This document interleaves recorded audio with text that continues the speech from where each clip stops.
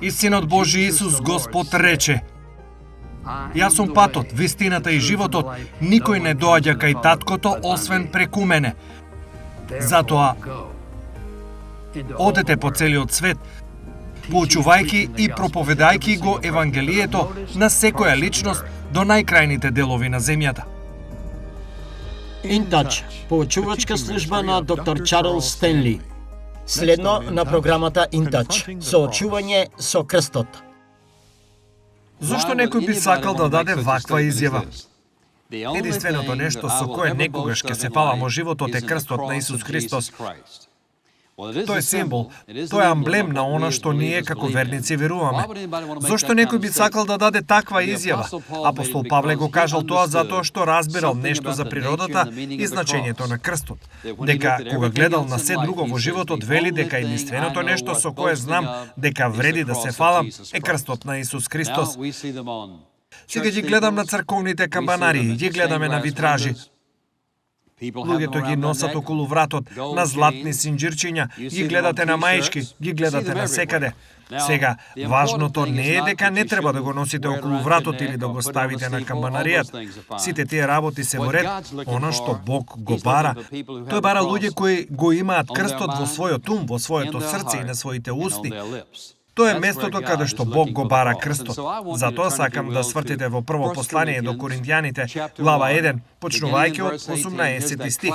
Еве го тој класичен пасус од Светото Писмо за крстот и неговото значење. Она што Павле ни го дава во овие стихови, тој ни кажува зошто луѓето реагираат на крстот на начинот на кој реагираат. Затоа сакам да почнеме да читаме од овој 18 стих до 25 стих. Знаете, едно од работите за тоа како да се биде христијанин, што понекогаш е на наша штета, е што некој од нас сме христијани толку долго. Ние сме толку запознаени со некои работи, исто како некои химни. Можете да стоите тука и да пеете химна, да ги испеете сите зборови правилно, никогаш дури и да не помислите што пеете. И ако не сме внимателни, тоа може да ни се случи кога ќе размислиме за крстот. Пееме за него, го гледаме, го закачуваме околу вратот, го носиме на кошулата, го закачуваме на зидот. Тоа е насекаде. И сепак, некако, значењето е пораката едноставно ни се лизгаат по крај нас. Слушнете што рече. Тој рече: зошто словото или пораката за крстот е за оние што пропаѓаат е безумие, а за нас што се спасуваме е сила Божја. Зошто е напишано: ќе уништа мудроста на мудрите и ќе отфрлам разумноста на разумните? Каде е мудриот? Каде е книжникот? Каде е расправачот од овој век? Не ја ли направи Бог безумна мудроста на овој свет? Зошто светот при мудроста Божја не го позна Бога? Сега погледнете, само прочитајте го тоа повторно, бидејќи при мудроста Божја светот преку својата мудрост не го позна Бога.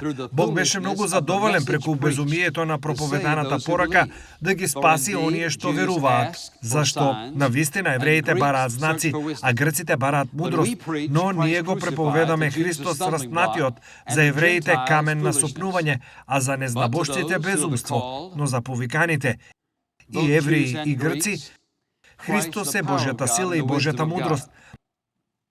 Зошто Божјата безумност е помудра од луѓето и Божјата слабост е посилна од луѓето? Сега, апостол Павле целосно го разбрал значењето и пораката на крстот. Тој секогаш бил точка на спор и конфликт.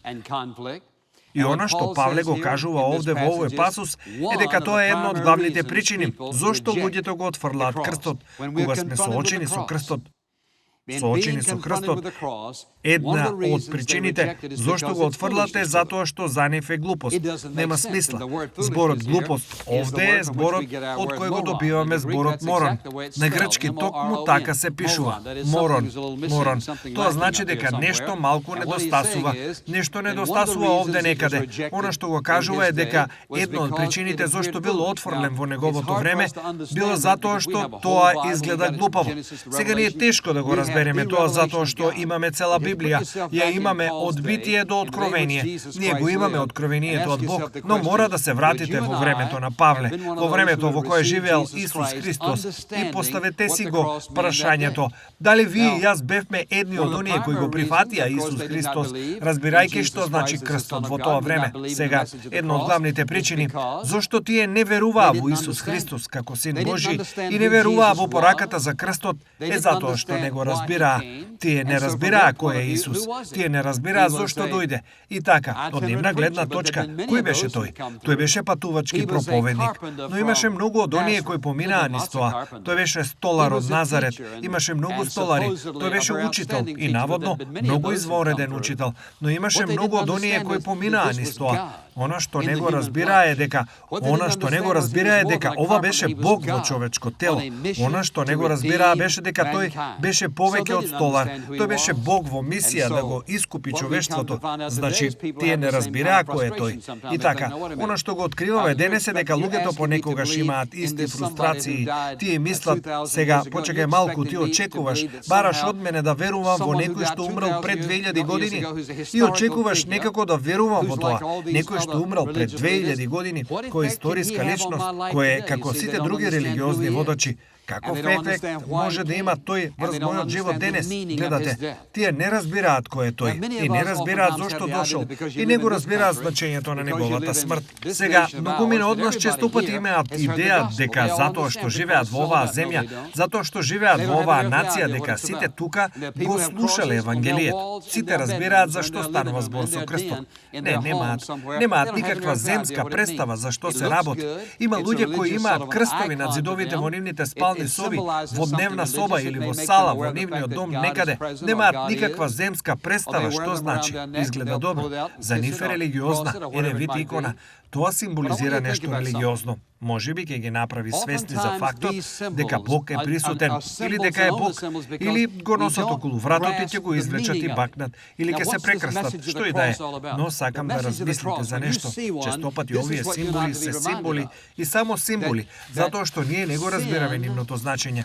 Сега, зашто е оваа порака за крстот? Пораката за крстот, кога ќе видите еден, ова е она што треба да се подсетиме јас и ти, дека гревот го уништува човештвото и дека гревот е деструктивен за човештвото, дека Бог мора да го суди гревот затоа што тој е свет Бог.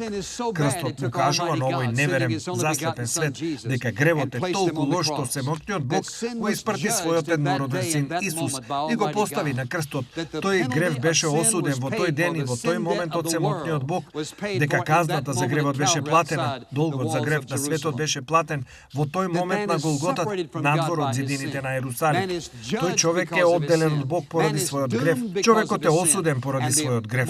Човекот е осуден на неуспех поради својот грев. Човекот е осуден на неуспех поради својот грев. И најпрекрасниот израз на Божјата љубов беше крстот. Иако беше трагедија за човештвото, тој беше израз на Божјата божествена љубов кон човештвото. И затоа, иако е глупаво од една страна, тоа е израз на личноста Божја. Тоа е израз на добрината и љубезноста Божја. Гледајќи ја безнадежноста и безпомошна состојбата на човекот, Бог посегна да го искупи човештвото. Тоа е единствената надеж на човекот. Тоа е од секогаш бил негова единствена надеж. И затоа, овој символ што го носите околу вратот, или да го ставите на камбанаријата на црквата, или да го закачувате во вашата соба, или го носите на вашите чорапи или на вашата мајца, не е важно каде. Прашањето е, која е неговата порака? Пораката е најважна, најкритична, итна порака што некогаш му е упатена на човештвото. Беше тогаш и се уште е таа итна порака. Втората причина, ако забележите, што вели во овој пасус, тој вели во 23 стих. Но, ние го проповедаме Христос распнат, за евреите камен на сопнување, а за незнабожците глупост. Например, евреите од тоа време го имаа истиот ужас од крстот како и незнабожците. Мислам, тие знае дека тоа е апсолутно ужасен начин на умирање, најлошата форма на казна. И секако Исус тврдел дека е Бог, затоа вела дека тој го хули семоќниот Бог за нив, тоа било најлошото нешто што можел да го направи. И затоа рекле, распни го, подалеку од него, распни го. Постои причина зошто им било тешко да веруваат дека Исус е Месијата. Не се обидувам да ви ги наведам сите причини, но една од причините кога се заврши, Евангелието почна да се проповеда и Павле го нагласуваше крстот. Тие имале тешко време поради оваа причина, дека во Моисиевиот закон за нив крстот и дрвата беа иста работа. И затоа еве што тој рече во Второ Законие 21 глава: ако некој направил грев што заслужува смрт, биде погубен и го обесите на дрво, неговото тело да не виси цела ноќ на дрвото, туку ќе го погребате истиот ден. Зошто? Зошто оној што е обесен без разлика дали е на дрво или на крст, оној што е обесен е проклет од Бог. Сега размислете од каде доаѓаат тие. Еве овие евреите размислуваа во однос на она што го велеа христијаните, следбениците на Исус, тој е Месијата. Како може да биде Месијата? Како може да тврдите дека овој човек е Месијата, кога Моисиевиот закон вели дека секој што виси на дрво, секој што е обесен на дрво е проклет од Бог? Нема шанси тој да би можел да биде Месијата. Нема шанси тој да биде Бог, бидејќи Бог не би се обесил на она што самиот го проколна. И затоа за нив тоа беше вистински проблем. Тука слушаа дека Исус Христос е Месијата. Еве го како виси на крстот. Затоа дојдоа и рекоа: ако си ти Син Божи, ако си Месијата, ако сите овие работи што ги тврдиш, само слези долу. Слези долу од крстот. Проблемот беше што тие не разбираа кој е тој. Тие не разбираа зошто тој дојде. Но кога вие и јас ќе погледнеме од нивна перспектива и ќе видиме што тие мислеа, тогаш можеме да почнеме да разбираме зошто барем така мислеа. Нивната идеја за Месијата беше дека тој ќе биде некакво надприродно ангелско суштество кој ќе дое на сцената и ќе го спаси, избави народот Израел од римско робство. Не само тоа, тој ќе биде тип на воин. Тој ќе биде политичка фигура. Тој ќе биде воен херој. Тој ќе биде личност која ќе дојде и ќе може да ги собере евреите. И со надприродната моќ на Бог под неговото водство, тие апсолутно ќе го поразат Рим. И на крајот, еврејскиот народ апсолутно ќе го освои и ќе владее со светот. Ова ќе биде Божјото царство. И затоа, еве што очекуваа, еве го Исус, најпрво, тој не доаѓа како ангелско надприродно суштество и како владател, политичка фигура, ниту воин, никогаш не зел оружје. Тој доаѓа и учи, сакај го својот ближен. Ако те удрат на едната страна, сврти ја другата. Ако побараат облека, дај му ја и твојата наметка. Тој изгледаше слаб, зборуваше за понизност. Тој зборуваше за работи што не им одговараа на воините, владетелите, кралевите, надприродните суштества. Некако, тој не се вклопуваше во калапот, и бидејќи тој не се вклопуваше во калапот, целата идеја беше камен на сопнување. Тој не можеше да биде Месијата. И што направија? Го распнаа, затоа што тие тврдеа дека тој хули на Бог. Се што правеше беше дека ја кажува вистината. Ако си ме видел мене, си го видел и таткото. Мислам, ти зборуваш за нешто што апсолутно ги искинало на парчиња, затоа што тој не се вклопувал во нивниот калап. Целата идеја е камен на сопнување. Но истото важи и денес. Например, луѓето го отфрлаат Господ Исус Христос денес од истите причини, но да ги ставиме во наши термини за нашето време. Против што се напаѓа? Против што се боли човекот најмногу?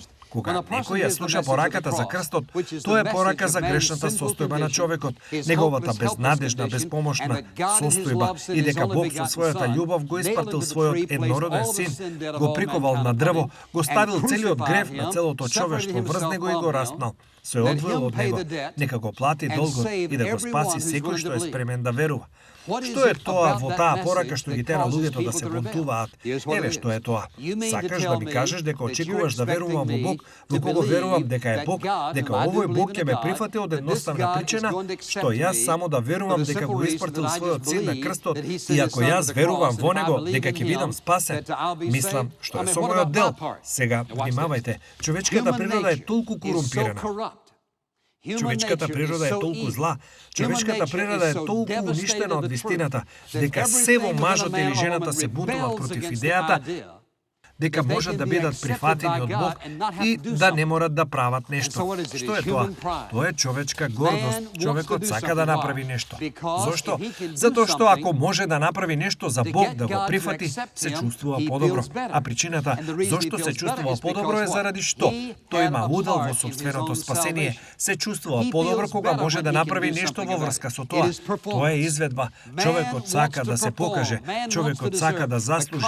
Телесната, грешната, злобна, подла природа во човекот вели: слушајте, тоа нема никаква смисла. Ти сакаш да ми кажеш дека се што треба да направам е да верувам.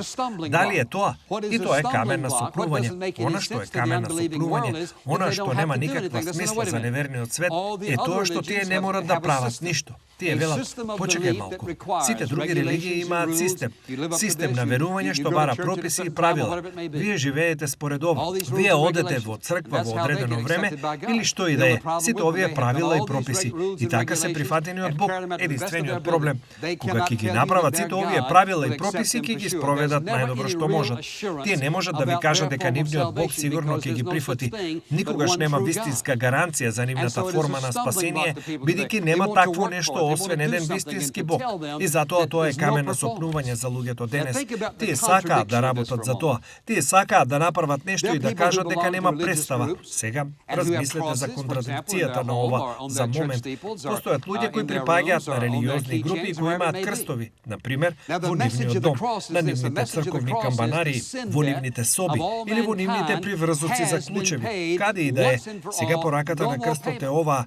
Пораката на крстот е гревот, долгот на целото човештво е платен еднаш за секогаш. Нема повеќе плаќање, нема повеќе представа. Представата е завршена. Мислам, чинот е завршен. Сега, додека ги имаат тие крстови наоколу за да ги потсетуваат на вистината, што прават? Ги учат дека за да бидат прифатени од Бог мора да има представа. Да речеме, тие го гледаат крстот, ако ја разберат пораката на крстот. Тие би живееле во оваа контрадикција. Што е контрадикција? Па еве го крстот над зидот од мојата спална, например. Зборува за целосно платен долг од гревот, мојата безпомошна, безнадежна состојба. Бог се погрижил за тоа. Тој ми го платил патот, јас не морам да настапувам. Затоа одам во црква и пасторот, проповедникот или некој друг станува и вели: ако сакате да бидете прифатени пред Бог, мора да ги направите следните работи. И така, од една страна, еве го овој конфликт. Крстот вели дека долгот е платен, но правилата и прописите велат дека јас морам да ги правам овие работи за да бидам прифатен пред Бог. Ако има нешто што би можел, би викнал на светот: ова е тоа. Кога Исус Христос умре на крстот на Голгота, представата заврши за секогаш. Ниту една представа, чин, завршница. Играта заврши. Еден момент во времето, во телото на една личност, семокниот Бог го плати долгот од гревот на светот, судејќи го гревот во неговиот еднороден син. Заврши. И јас сум тука да ви кажам дека има мноштво и мноштво христијани кои живеат во робство секој ден, кои не знаат дали се спасени или не. Тие не веруваат во вечна безбедност. Знаете зошто? Затоа што ја пропуштиле пораката на крстот. Пораката на крстот е, слушате, она што не прави тебе и мене вечно безбедни е она што тој го направи, а не она што ние го правиме. И некако не можат да ја сватат таа порака. Тоа е пораката. И што се случува? Тие го отфрлаат затоа што велат, па јас не го разбирам. Да, тие го разбираат. Она што се случува е нивната гордост. Тоа е како триење шмиргла од твојата рака. Не треба долго време за тоа брзо да се загрее. Мислам, му велиш на некого: нема ништо што ти можеш да направиш. Морам да направам нешто, но ти не можеш ништо да направиш. Мислиш, и што се случува? Тоа удира против нивната гордост. Знаете ли кој е нивниот проблем? Затоа што секое живо човечко суштество мора да се справи со ова. Тоа е понижување пред семокниот Бог, да се каже: мојот грев ме направи безпомошен. Мојот грев ме одвои од тебе, Свети Боже.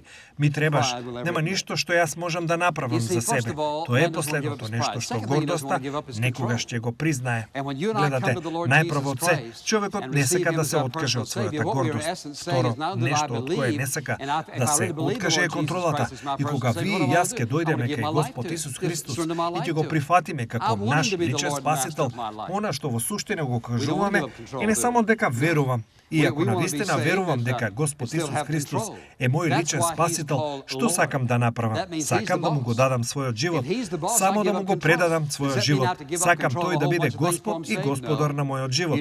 Не сакаме да се откажеме од контролата, нели? Не. Ние сакаме да бидеме спасени и се уште да имаме контрола. Затоа тој се нарекува Господ. Тоа значи дека тој е шефот. Ако тој е шефот, јас се откажувам од контролата.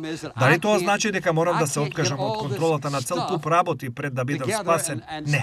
Му верувате на Господ Исус Христос како на ваш личен спасител. И знаете што се случува? Вие, потоа Бог преку Светиот Дух, почнуваме да идентификуваме области од нашиот живот што треба да му ги предадеме. И така, кога некој ќе каже, па јас не мислам дека некогаш би можел да бидам христијанин, бидејќи проблемот е што не можам да ги сватам сите овие работи и да претпоставиме дека нешто сум пропуштил. Тоа не е сваќање на работи, тоа е доверба. Предавањето е резултат. Предавањето е резултат на доверувањето на вашиот живот на него.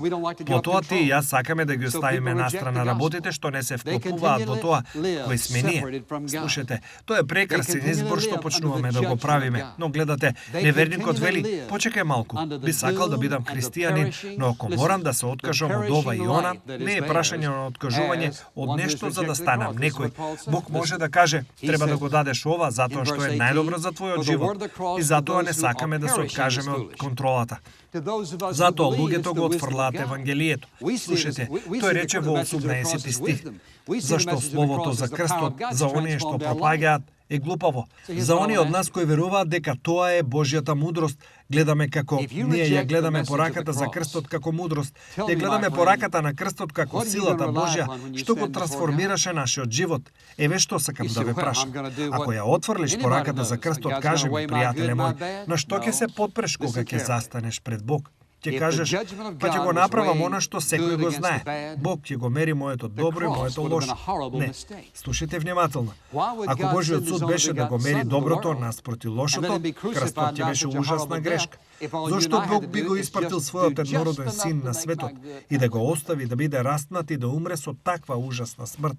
Ако се што требаше да направиме ти и јас е да направиме само доволно моето добро да го надмине моето лошо. Пријателе мој, еве ја сигурната, едноставната евангелска вистина. Постои само еден начин да се биде прифатлив во очите на Бог и во мудроста Божја. Тој ни го даде тој метод. Тоа е пораката на крстот, дека Исус умре за вашиот грев. И ако вие го прифатите како ваш личен спасител преку вера, вашите гревови ќе бидат простени и за секогаш ќе бидете Божјо дете. Не можете да го подобрите тоа. Не можете да ја подобрите мудроста Божја. Слушайте внимателно.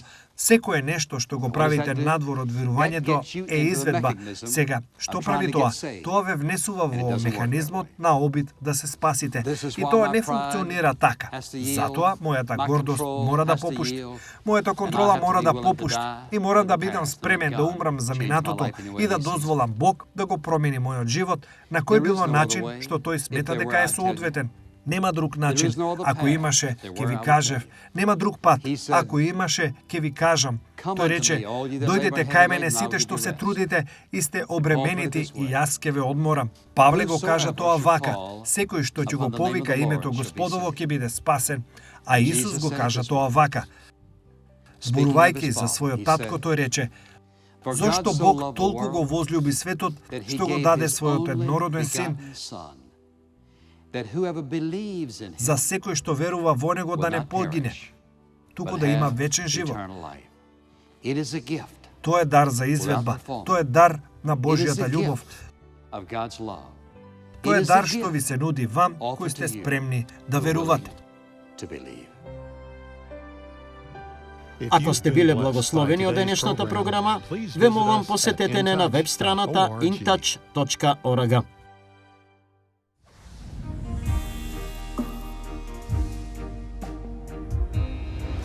Веројатно, најпознатиот стих во целата Библија е Јован 3:16.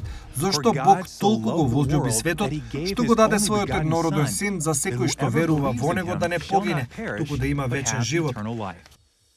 Но приказната што Исус ја споменува во претходните стихови, можеби не е толку позната, подори малку збунувачка на прв поглед. Таа гласи како што Мојсей ја подигна змијата во пустината, така мора да се воздигне и Синот човечки, за секој што верува во него да има вечен живот. Овој инцидент во животот на Израел, запишан во Броеви 21, се случува дека евреите талкале во пустината. Како што растело нивното нетрпение, тие мраморале против Мојсей и Бог.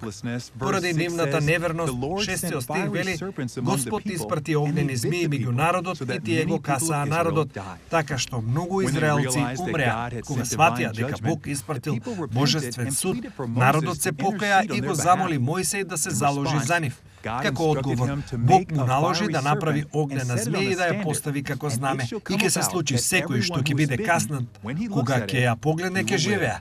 Се што треба да направат луѓето беше да имаат вера дека гледањето во Божиот лек, сличност на нивната мака ќе ги излекува.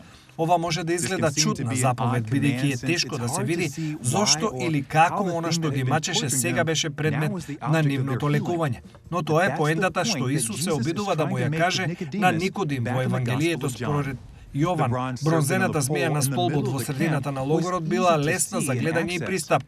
Таа била слика на нивниот греф и потсетник на Божјиот суд врз нивната непослушност. Бог ги поучуваше нив и нас една лекција.